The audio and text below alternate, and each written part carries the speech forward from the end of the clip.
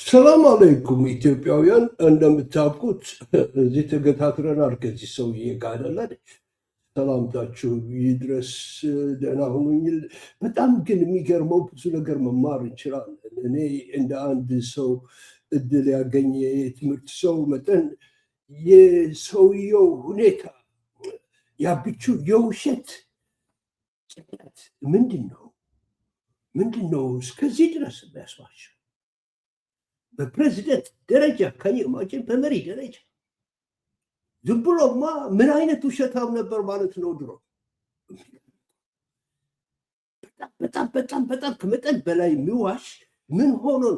ኦፍኮርስ ታሞ እንደሆነ የታወቀ ነው። እና ይሄኛውን ወደ ሳይካሎጂ ይወስደናል ሰዎች። እስኪ መጀመሪያ በዚህ እንጀምርና ምን እንደሚሰማችሁ የዚህ መንግስት ታውቋል። ኦልሬዲ እንደምታውቁት አሁን ደግሞ ጆይንት ስቴትመንት ኦን ዘ ሂውመን ራይትስ ሲትዌሽን ኢን ኢትዮጵያ ይላል። 11 ሀገሮች በኢትዮጵያ ውስጥ የሚደረገው አመፅ፣ የግፍ የምናምን ጠቅላላ 11 ሀገሮች ስቃዩን ገጽተውታል። በሬፕ ይሁን በምናምን የሚያደርጉት ኢትዮጵያ ውስጥ የሚደረገው የሰው ልጅ ግፍ ተርተው በአማራ ሀገር በኦሮሞና በትግራይ ብዙ ሰው ደግሞ በጦርነት እንዳያመጣ ተባብሎ ፈርቷል ያለው። በዚህ እስኪ ይህንን ልነግራችሁ ብዬ ነው። በአንድ ሀገሮች ጥሰት እየተደረገ ነው ኢትዮጵያ ብሏል። ግን እስኪ እንቀጥል፣ በዚህ እንቀጥል። የሁላችሁ ጆይንት ስቴትመንት ኦን ዘ ሂውማን ራይትስ ሲትዌሽን ኢን ኢትዮጵያ ይላል እና 41 ሀገሮች ናቸው። በትግራይ በአማራ እና በኦሮሞ ሪጅን የሚደረገው ቫዮሌሽንስን ተቃውመው 41 ካንትሪስ 41 ሀገሮች እና የኢትዮጵያ መከራ ህዝብ እየሰማው ነው ለማለት እደፍራለሁ። በዚህ ቃለ መጠይቅ እንግዲህ ሰዎቹ እዚህ ጋር ከመግባቴ በፊት እንድታውቁልኝ የምፈልገው የዛሬ ቶፒክ ለምንድን ነው የሚዋሸው? ለምንድን ነው የሚዋሸው? ባይዘወይ ሰዎች ሳይኮሎጂስትስ እንዴት አድርገው ይገልጹታል? ኮምፓልሲቭ ላየር ነው ወይስ ፓቶሎጂካል ላየር? ይህንን ለመተንተን ነው። ኦፍኮርስ ከአሁን በኋላ ትንሽ ስራ ያስፈልጋል የእሱ ጭንቅላት ለመመር ጤነኛ ስላልሆነ እና በዚህ እንጀምር። በዋናነት ያነጣጠረው ኤርትራና ህወሓት ሰዎች ላይ ነው። እንግዲህ የትግራይን ህዝብ አንጀት ለመብላት ይመስላል። እኛ ምንም አላረግናችሁም። ምናልባት ቃለ መጠይቁን ካልተከታተልኩም አንዳንድ ዋና ሀሳቦችን አነሳልሃለሁ። በዋናነት የተፈለገው በትግራይና በህወሓቶችና በኤርትራ ሰዎች መሀል ተፈጠረ የተባለ ግንኙነት አለ፣ ጽምዶ የሚባል ያንን አፈርሳለሁ ብሎ ብዙ ነገሮችን ሞክሯል።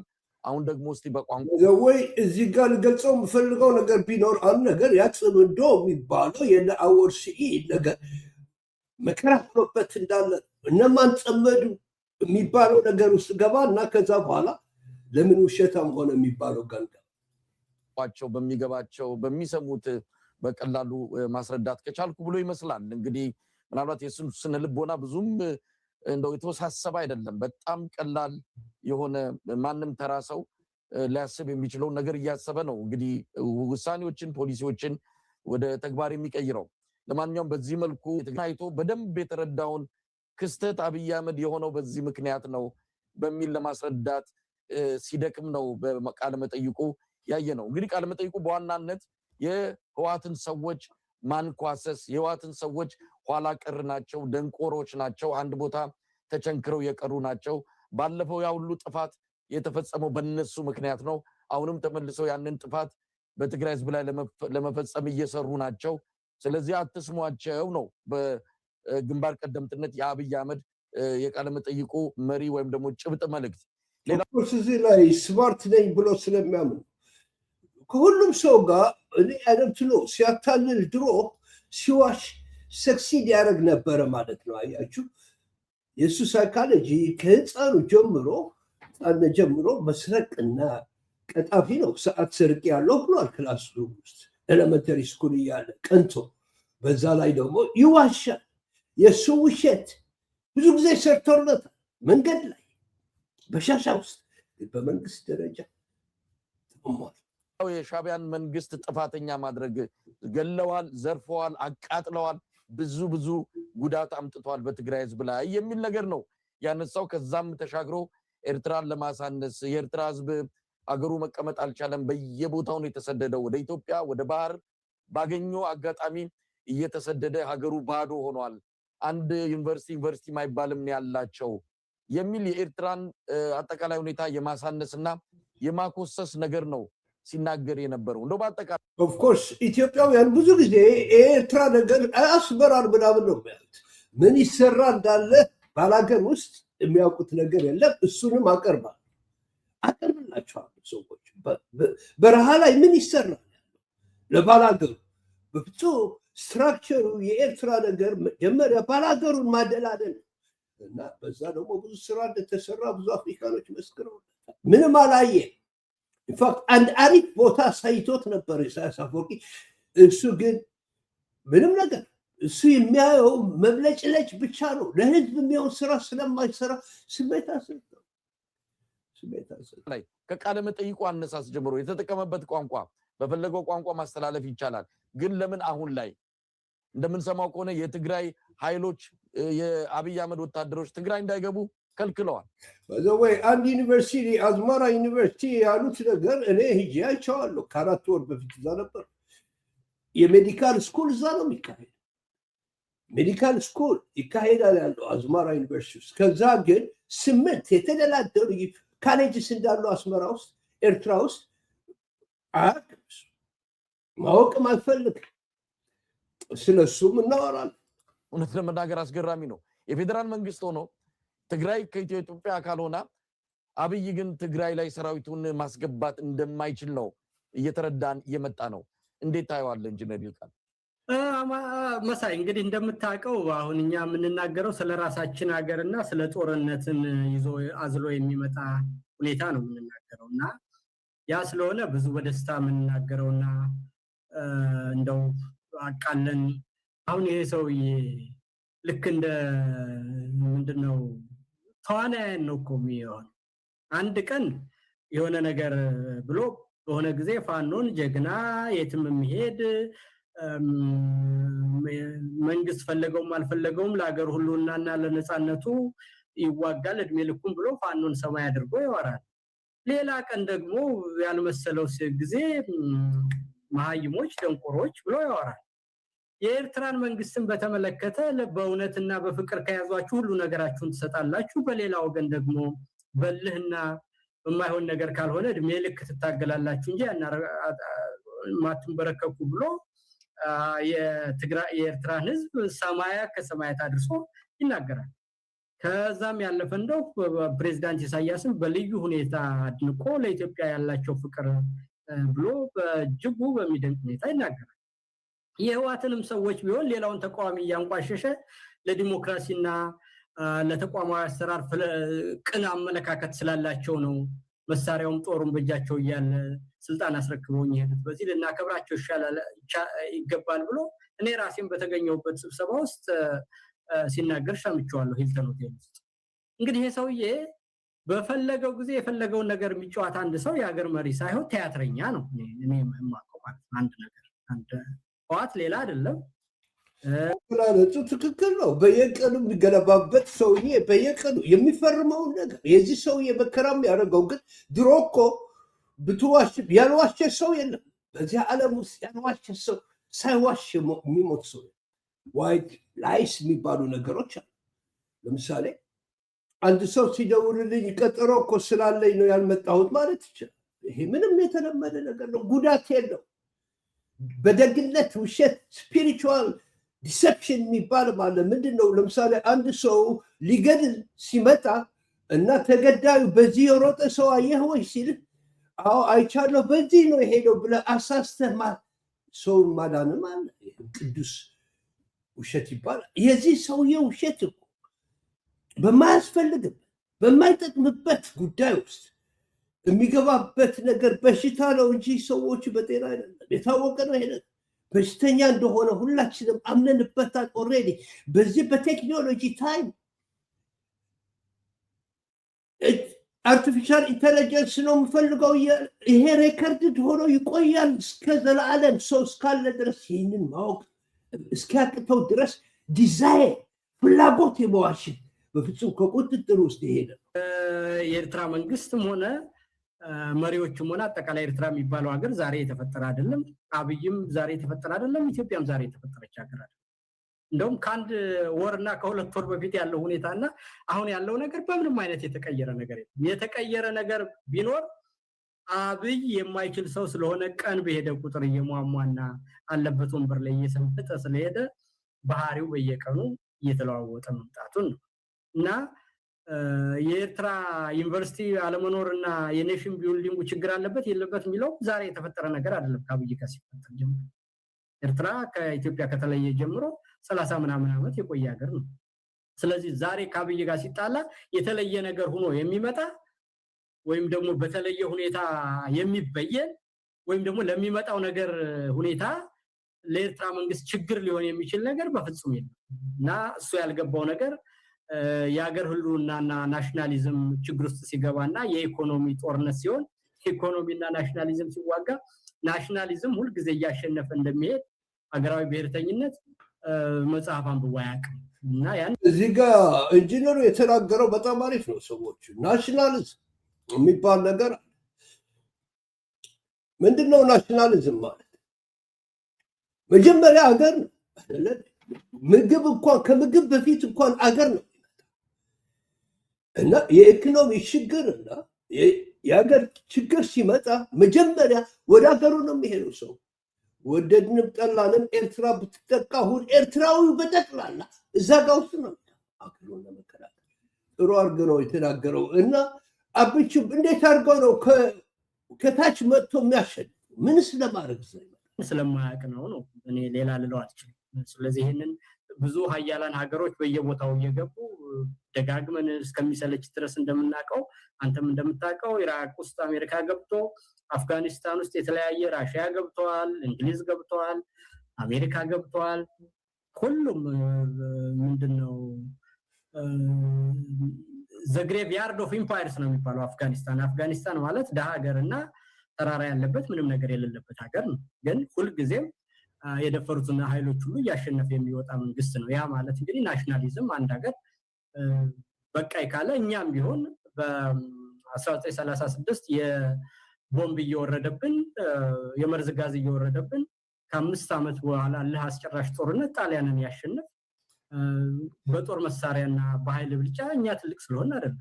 ከየሀገራዊ ብሔርተኝነት ሳለና እንደፈርም ባይነት እውነት ከኛ ጋር ነው የሚል እምነት ስላለን አሁንም ቢሆን ይሄንንም የኢትዮጵያንም ኢኮኖሚ ቢሆን አብይ የፈጠረው አይደለም። አብይ እየበላው ያለ ሰዎች የቬትናም ታሪክ አላነበበም፣ ራስ ኤርትራ ታሪክ አላነበበም። ብዙ ሰዎች ይልቁት ይሆናል። የኛ ታሪክ እኮ እንደነ ቪየትናሞች እኮ ከዛ የበለጠ ትምህርት አለን። እንዲህ ሲያደርጉን ስለነበር አይደለም እንዴ? እንዲህ እኮ ሲያደርጉን ስለነበረ ነው ሰዎች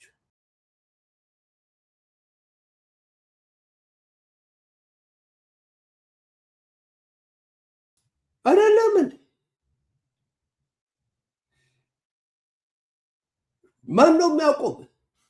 ስትራግል ከማድረግ ራይት ከተወሰደ በኋላ ጥሩ አድርጎ ነው ያስ የቪየትናም አልገባውም። ኩባ አሜሪካ ፊት ሆና ምንም ነገር አይገባውም። አፍጋኒስታን ውስጥ ተዋርዶ የወጡ አሜሪካ የነ ቪየትናም ታሪክ አያነብም። ግን ምን ታደርገዋል? እና ከኦሮሞ መጥቶ ኤርትራን ኮሎናይዝ ሊያደርግ ያስብ።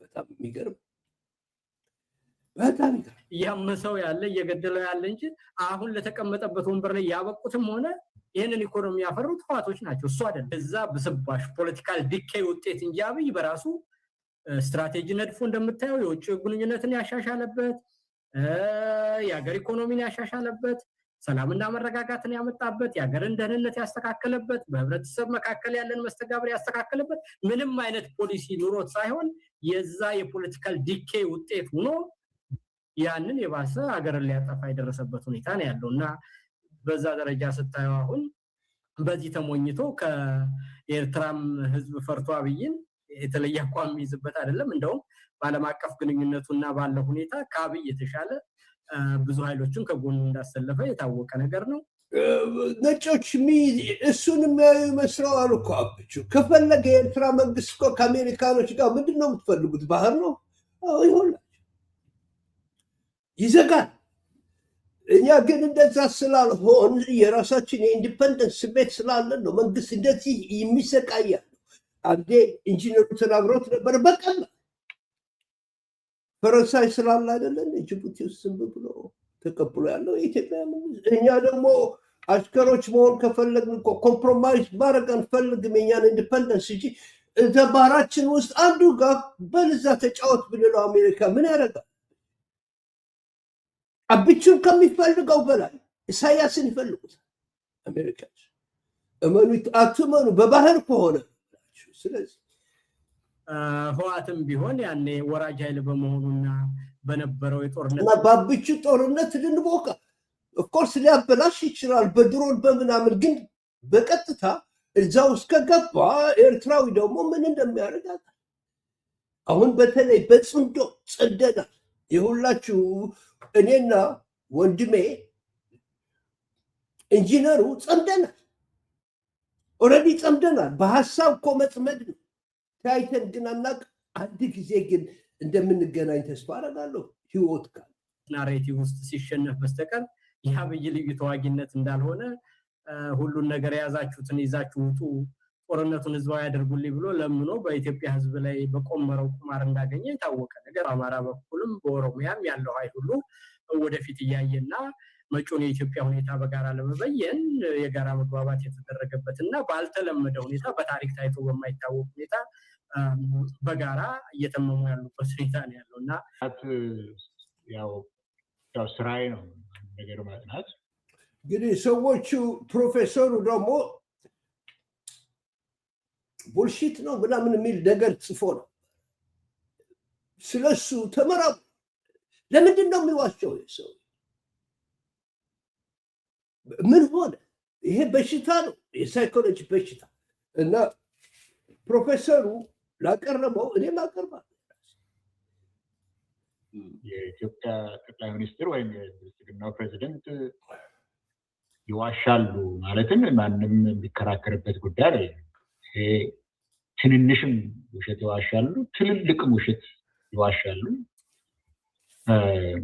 ሜቢ በከሰው ከጓደኞቻቸው ጋር ሲናገሩም ይዋሹ ይሆናል በአደባባይም ይዋሻሉ ትልልቅ ውሸቶችን ይዋሻሉ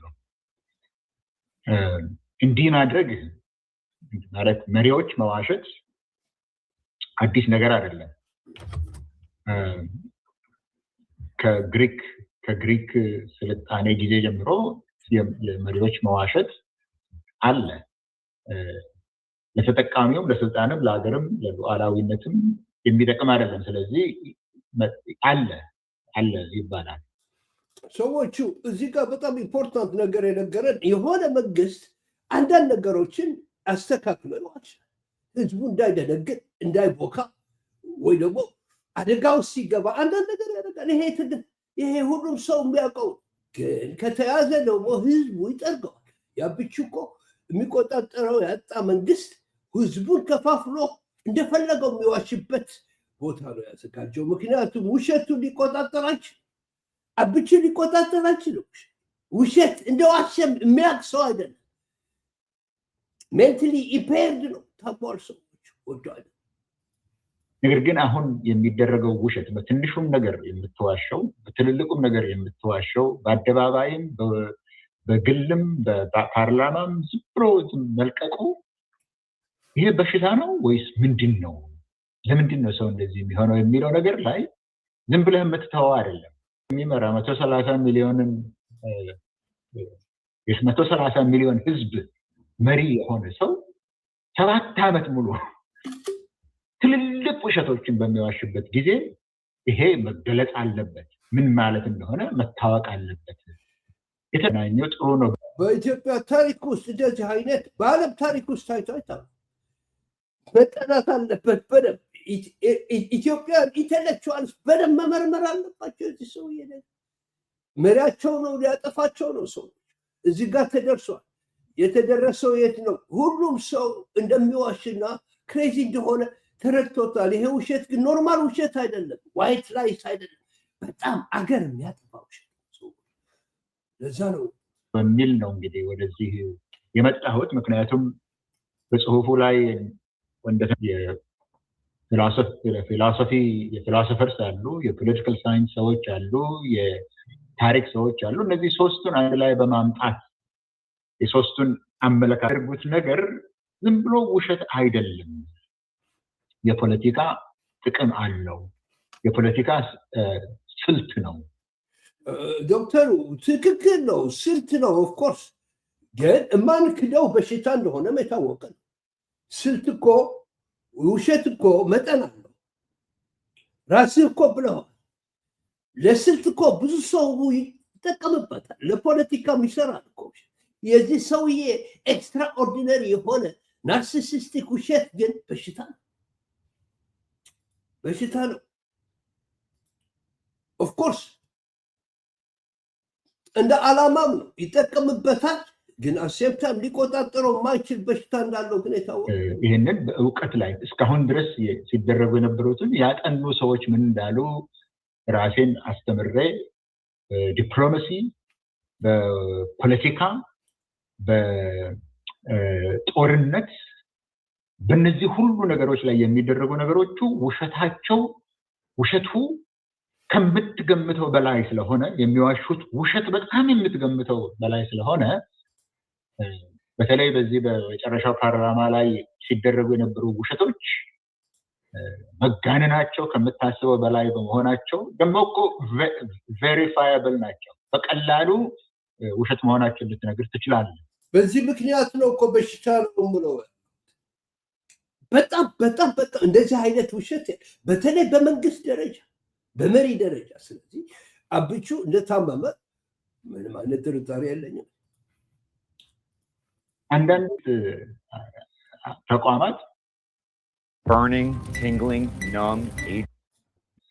ተቋማት ውሸት መሆኑ ይነገራል። አሁን ለምሳሌ እዛን ቀን እሳቸው በሚቀጥለው ዓመት በ9.2 ነው የኢትዮጵያ ኢኮኖሚ የሚያድገው ብለዋል። ግን የራሳቸው ገንዘብ ሚኒስትር ደግሞ 7.2 ነው ይላል። ሌላው ደግሞ ከዛ በታች ህልውና አደጋ አብረን ሆነን በተባበረ ቁጥር ይደፍራል። በጣም ብዙ ስራ እንሰራለን በዚህ ቢኮዝ እኔ መማር ፈልግ ለምን እንደዚህ እንደሚሆኑ። ሆኖም ግን ሰዎቹ ጽምዶ የሚባለው ነገር ደግሞ የት ላይ እንደደረሰ ኦኬ የአፋሮች ሁሉ አላስጠጋም እንዳሉ ትንሽ ብራሽ ለማድረግ ነው። ምንድነው አሁን ያለው ትግራይ፣ አፋሩ፣ አማራ እና ኦሮሞ እንደጸመደ ብቻውን እንደቀረ ሰሜኖች የሚላቸው አፋር፣ አማሮችን፣ ትግሬዎችና ነው በኢትዮጵያ ደረጃ እኛንም ጨምሮናል እዛ። ስለዚህ አሁን ያለው ነገር ለማብራራት ነው። ከዛ ትንሽ ኤክስፕላኔሽን አለኝ። ምን አይነት ውሸት ነው የሚዋሸው ሰው? ለምንስ እንደዛ ይሆናል?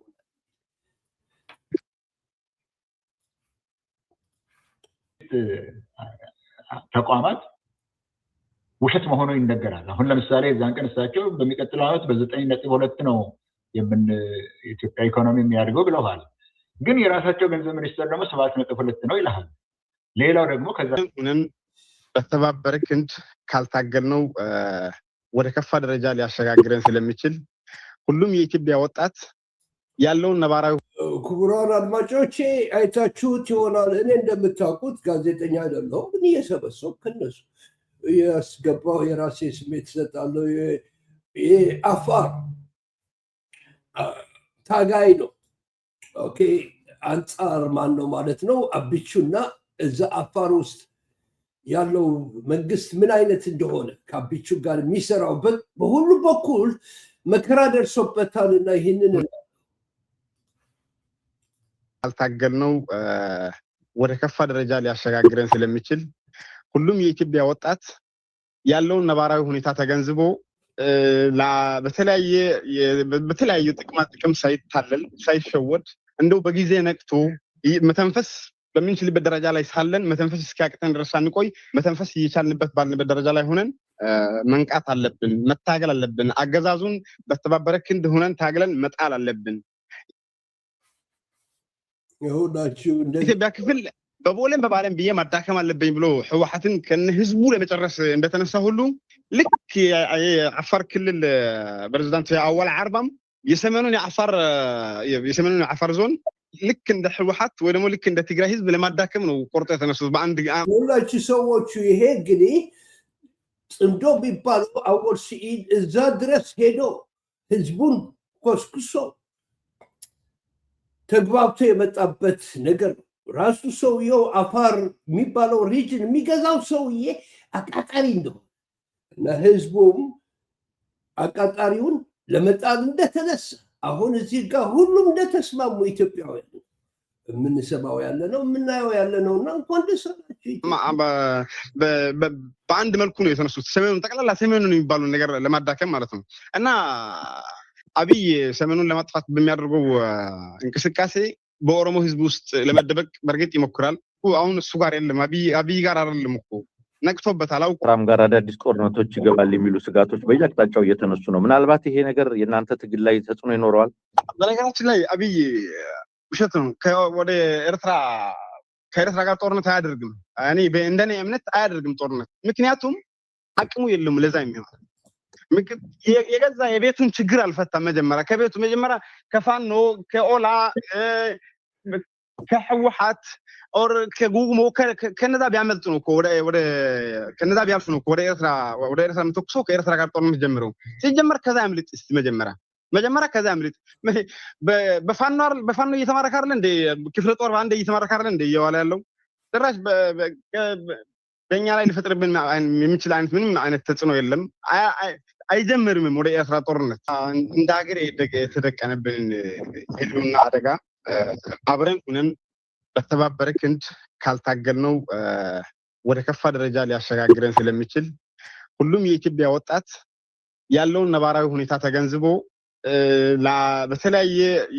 በተለያየ ጥቅም ሳይታለል ሳይሸወድ እንደው በጊዜ ነቅቶ መተንፈስ በምንችልበት ደረጃ ላይ ሳለን መተንፈስ እስኪያቅተን ድረስ አንቆይ። መተንፈስ እየቻልንበት ባልንበት ደረጃ ላይ ሆነን መንቃት አለብን፣ መታገል አለብን። መልካቾችም አመሰግናለሁ። ብናል በዘውዱ ሾው ሜዳ በዘውዱ ሾው ሚዲያ ሁላችሁ ሰዎቹ ለምንድን ነው የምናቀርበው? ሁላችንም ተግባብተን ለመስራት አደጋው አንድ ስለሆነ እና አሁን ማንጠራጠርበት አይነት ዩኒቲ ተፈጥሯል። በማይንድ ከኤርትራኖችም ጋር የተግባቡት ኢትዮጵያንስ ነገር አለ። እርስ በርሳቸው ተግባብተዋል እና በዚሁ መሰረት ጽምዶ የሚባለው ፊሎሶፊ ሰርተዋል ማለት ነው እና እንኳን ደስ አለ ሁላችን። ሁልጊዜም ዘወትርም የሚተነተንበት እንደሆነ ይታወቃል። ዛሬ ደግሞ ጠቅላይ ሚኒስትሩ ለምን ይዋሻሉ? የተቀመጡበት የስልጣን ደረጃና ኃላፊነት ከ130 ሚሊዮን በላይና ታሪካዊቷና ታላቂቷን ሀገር ኢትዮጵያን የሚመሩ ናቸው። ታዲያ ለምንድን ነው እንደ ህፃን ወይም ትንሽ ልጅ የሚዋሹት? በየጊዜው የሚሰጧቸው ትንታኔዎች አልፎ አልፎም እንኳን ቢሆን ራሳቸው በመረጧቸው ቃለ ምልልስ ሲያደርጉ ጠቅላላ ምላሻቸው በውሸት እየታጀበ ነው። ሀፍረት የሚባል ነገርም በፍጹም የላቸውም። በዓለም አቀፍ ዲፕሎማሲያችን ውድቀት ሊደርስበት ከቻሉት አንዱ የጠቅላይ ሚኒስትር አብይ አህመድ ውሸት ነው። ለምንድን ነው የሚዋሹት? በተጨማሪም በተለይም ከጠቅላይ ሚኒስትሩ ጋር በተጓዳኝ ከሚሰሩት ሰዎቹ እንግዲህ ሳይኮሎጂካሊ አንድ ምሁር ማድረግ የሚችለው ማብራራት ብቻ ነው እና ይሄ እንግዲህ በሰው በመግዛት በገዢዎች በአስተዳዳሪዎች አይደለም። ግን people compulsively like primarily because they feel an uncontrollable urge to do so. ሳይወዱ ነው፣ ፍላጎት ልክ እንደ ሲጋራ ሰዎች የሚዋሹት uncontrollable urge ፍላጎት ግፊት ስላላቸው ወዶ አይደለም ልጁ እንደዛ የሆነው ሰዎች ኮምፓልሲቭ ላየርስ የሚባሉት ግሩፕ የሚዋሹት ስለሚያስፈልግ አይደለም። ምንም ነገር ፕሮብለም የለም እኮ ልምድ ስለሆነባቸው ሀቢት ስለሆነባቸው በውስጣቸው ያለ ችግር እና ጭንቀት መቆጣጠር ስለማይችሉ ነው። ጭንቀት ስላላቸው ኮፒንግ መካኒዝም አያችሁ፣ ስትረስ፣ የጭንቀት ፍራቻ፣ ትራውማ፣ መንቀሽቀሽ እሱን ለመቆጣጠር ኦኬ ከህፃንነት የጀመረ ነገር ነው። ሰርቫይቫል ስኪል ነው። ውሸት ራሱ ሰርቫይቫል ስኪል ነው። ሰዎች ምን ማለት ነው? በቃ የቅጀትና የቡካት የምናምን ከዛ የመውጣት የምታረገው ጥቅም ለራስህ አድርገህ ነው የምታረገው ነው። በህፃንነት ነው የሚጀምረው አሉ። ያስቦኩት ነበረ፣ ያስደናግጡት ነበረ። ምን ያርግ ምን ያርግ? በጥሩ ፍቅር አላደገም። እና ሌላው ደግሞ ሎው ሰልፍ ኢስቲም ይላል። አንዳንድ ሰዎች አያችሁ ትንሽ ነኝ ብለው ይቆጥራሉ ራሳቸው። ኦኬ እና ከሌላ አላንስም፣ እኔ እንደ ሌሎች እኩል ነኝ ለማለት የሚያዋሹት ነገር የለም። ይዋሻል። አያችሁ ሰክሰስፉል ነን እኛ፣ በቃ ሰው ይወደኛል፣ ከሰው አላንስም የሚል በታችነት የሚደራጅ ነገር ነው። አያችሁ ከዛ የመጣ ነገር ነው። ትንሽ ነኝ አረባም እኔ ሰው አይደለሁም ብሎ ራሱን ከቆጠረ። ሌላው ደግሞ ሴንስ ኦፍ ሴፍቲ ይላል። ትሩዝ ቴሊንግ ካን ፊል። አያችሁ እውነት መናገር አደገኛ ሊሆን ይችላል። በተለይ እንደ አብቹ የሆነ የተጨማለቀ ምናምንና አደገኛ ሊሆንበት ይችላል። ለምሳሌ ከኢሳያስ አፈወርቂ ጋር በዚህ ነው የተስማማሁት ብሎ እውነት ከተናገረ አደጋ ሊደርስበት ይችላል አንዴ ውሸት ከጀመረ። ስለዚህ የእሱን ሴኪሪቲ ኮንትሮል ለማድረግ ነው የሚዋሸው። የአብቹ ግን በዛ በጣም አያችሁ። ሌላው ደግሞ ኒውሮሎጂካል ፋክተርስ ይላል። አያችሁ እዚህ ጋር ደግሞ የጤንነት እንግዲህ የባዮሎጂካል ኒውሮሎጂካል ፋክተርስ የሚለው ሪሰርች ሰጀስት ስትራክቸራል ዲፍረንስ in the brain, specifically an increase in white matter in the prefrontal cortex may make some individuals faster. ብቻ anyway ባንጎላቸው ውስጥ ደግሞ የሚደረግ ለውጦች አሉ ነው የሚለው እነሱን የሚያስዋሻቸው። እና ከዛ ቀጥሎ የሚመጣው slippery slope የሚሉት studies indicate that the brain actually gets used to dishonesty. አያችሁ ብሬናቸው አንጎላቸው ይለምዳል፣ መዋሸት ይለምዳል። አያችሁ እና እሱ ደግሞ ኮንቲኒው እንዲያደርጋቸው እንዲቀጥሉበት ይገፋፋቸዋል። ይለምደዋል። ስትራክቸሩን ሁሉ ይለውጣል። ሲበዛ ይሄ ኒውሮሎጂካል የሚሉት የሴሎች የምናምን ስትራክቸር ጭራሽ ተቀይሮ ቁጭ ለምዶታል። ሳያስብ ይዋሻል። ሽታ ነው የሚሉት ያሉት እዚህ ምንድን ነው የሚሉት ያሉት ብታዩት ሰዎቹ ይሄ በጣም እኮ ጠቃሚ የሆነ ነገር ነው። እውነቴን ነው የሚሉት ያሉት እዚህ ብታዩት ሜንታል ሄልዝ ኮንዲሽን ነው ይላል። የጤንነት ጉዳይ ነገርየው የጤንነት ጉዳይ ነው እያሉ ነው ሰዎች። ይሄ ነው እንግዲህ ይሄ ኮምፓልሲቭ ላየር የሚባለው ኮምፓልሲቭ የሚሉት ዲፍረንሱ ግን ምንድን ነው? ፓታሎጂካል ከሚባለው በምን ይለያል? ኮምፓልሲቭ ላየርስ ወደው አይደለም ከመዋሸት ብዛት መጨረሻ አንጎላቸው ራሱ ስትራክቸር ሆኖ ቁጭ ይላል። ፓታሎጂካል ላየር ደግሞ የሚባላል ሰው።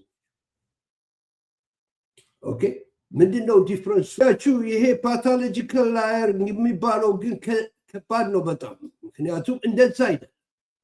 ኦኬ አያችሁ ኮምፓልሲቭ ላየርስ የሚባሉ ውሸታሞች ሀቢት ነው፣ ልምድ ነው። በቃ አንዛይቲ በፍራቻ የተገፋፋ ዲፌንሲቭ ሪአክሽን ነው ይላቸዋል። በቃ እንዳይነቃብኝ እንዲህ እንዳይሉኝ ብሎ በተዛባ የአንጎላዊ ጭንቀት አስተሳሰብ እና ጊልት ደግሞ ያለበት ነው። ጊልት ማለት ምንድን ነው? ቁጭት ያለበት አይነት ውሸት ነው።